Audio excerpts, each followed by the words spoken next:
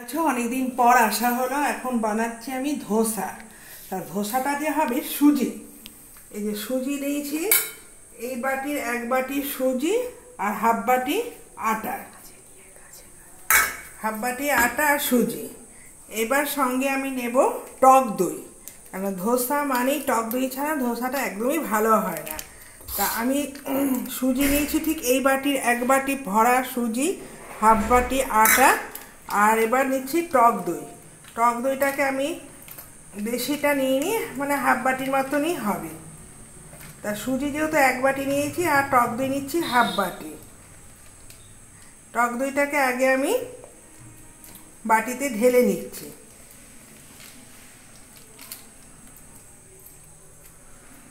ব্যাস, এবার হাতটাকে আমি একটু ধুয়ে নিলাম।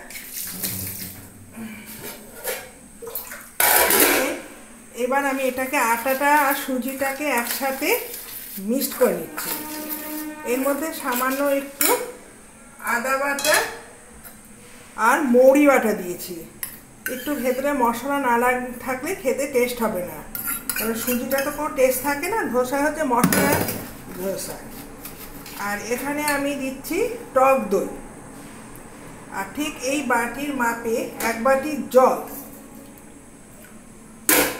জলটাও আমি অল্প করে দিচ্ছি।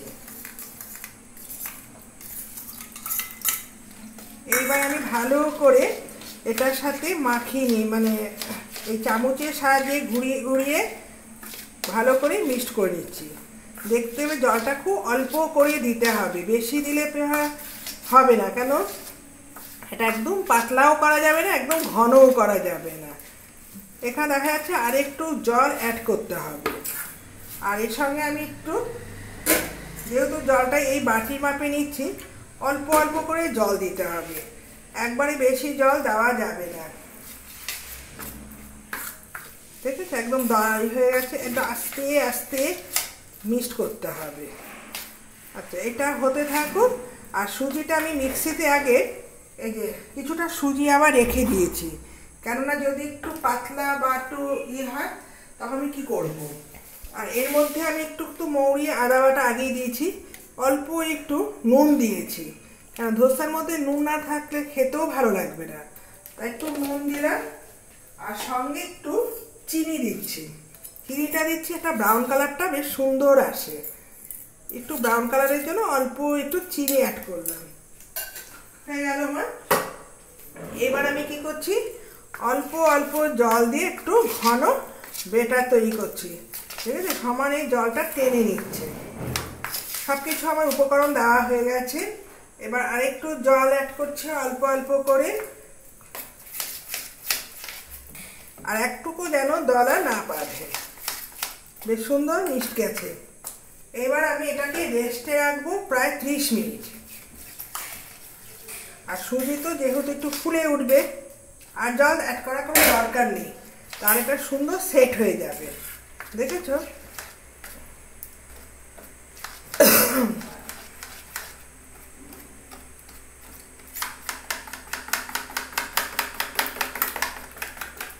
ব্যাস, এটাকে আমি একটু 30 মিনিট ঢাকা দিয়ে রেখে দিচ্ছি। এই বেশি পাতলা করা যাবে না। হয়ে গেল এটাকে। এবার আমি রেস্ট দিলাম, কারণ এটা ফুলে পুরো যে পাতলাটা রয়েছে সেটা একদম সেট হয়ে যাবে। তারপরে বুঝে আমাকে জল দিতে হবে। এটা আমি কোনো গরম জল দিইনি, এটি দেখছো ফুলে এসেছে, আর বেশ সুন্দর এটাকে টক টক মতন হয়ে যাবে, যেহেতু টক দই দিয়েছি। আর টক দই ছাড়া কিন্তু ধোসা একদমই হয় না, তাই এটাকে আমি ঢেকে দিলাম। এবার আমি এটা পুর বানাচ্ছি, যেহেতু ধোসা মানে একটু পুর। এবার আমি এর মধ্যে একটু সাদা তেল দিয়ে পুরটা বানিয়ে নিই। এই সুজিটা আমি একটু রেখেছি, এর মধ্যে আটা দেওয়া যাবে না, সুজি দিতে হবে। তা সুজিটা আমি পাশে রেখে দিই, যখন লাগবে নিয়ে নেবো। যদি একটু খুব পাতলা হয়, আশা করি হবে না। এই পুরটা আমি বানাবো সাদা তেলে। এর মধ্যে আমি কিছু দেব না, একটু সাদা তেল দিচ্ছি। আলুটা আমি আগেই সিদ্ধ করে রেখে দিয়েছি।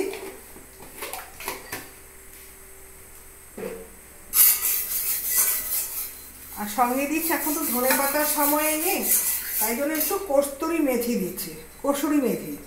আর পেঁয়াজটা আমি কুচি কুচি কেটে নিয়েছি। আর সঙ্গে একটু হালকা ঝাল ঝাল হওয়ার জন্য আমি একটু শুকনো লঙ্কা অ্যাড করছি। শুকনো লঙ্কাটা পরেই দেবো।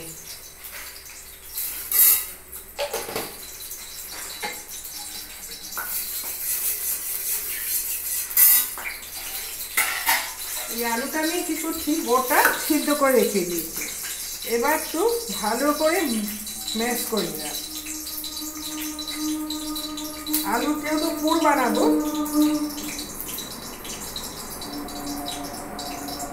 আলুটা আমি আগে সব সিদ্ধ করে রেখে দিয়েছি।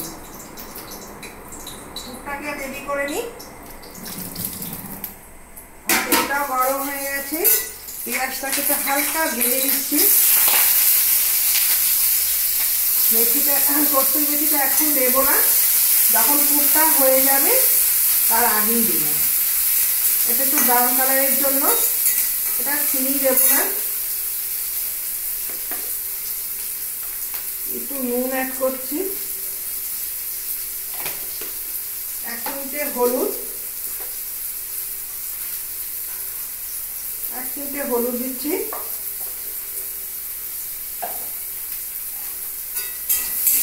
এটাকে বেশি লাল ভাজতে হবে, একটু হালকা ভেজে নেব। আর 1 চিমটে একটুখানি শুকনো, একটু ঝাল ঝাল ভালো লাগে। কাঁচা লঙ্কা দেওয়া যেত, কিন্তু মুখে যদি কাঁচা লঙ্কা লাগে খাবে না, তার জন্য শুকনো লঙ্কাটা বোঝা যাবে না। দেখো কালারটাও এসে গেছে, আমার সব কিছু দেওয়া হয়ে গেছে। এবার আমি দিচ্ছি কসুরি মেথিটা।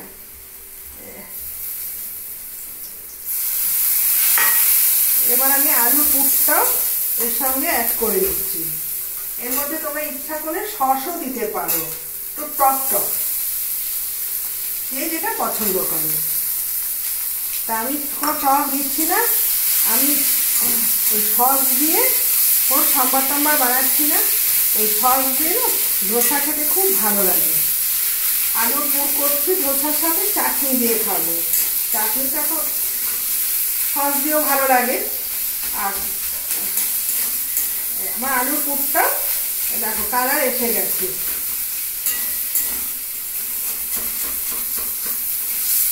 আলুর পুরটা আমি রেডি করে রেখে দিলাম। বাইরে খাওয়ার থেকে ঘরে খাওয়াটাই ভালো। বাইরে একটা দামই নেবে প্রায় 70 টাকা, আর ঘরে আমি 2-3টে খেতে পারবো। ব্যাস আমার পুর হয়ে গেল। আর এটাও আমার রেস্ট, এই দেখো কি সুন্দর। এটা মাঝে মাঝে এসে একটু নাড়িয়ে দিয়ে যেতে হবে, আবার 30 মিনিট পর আবার তোমার আসছে।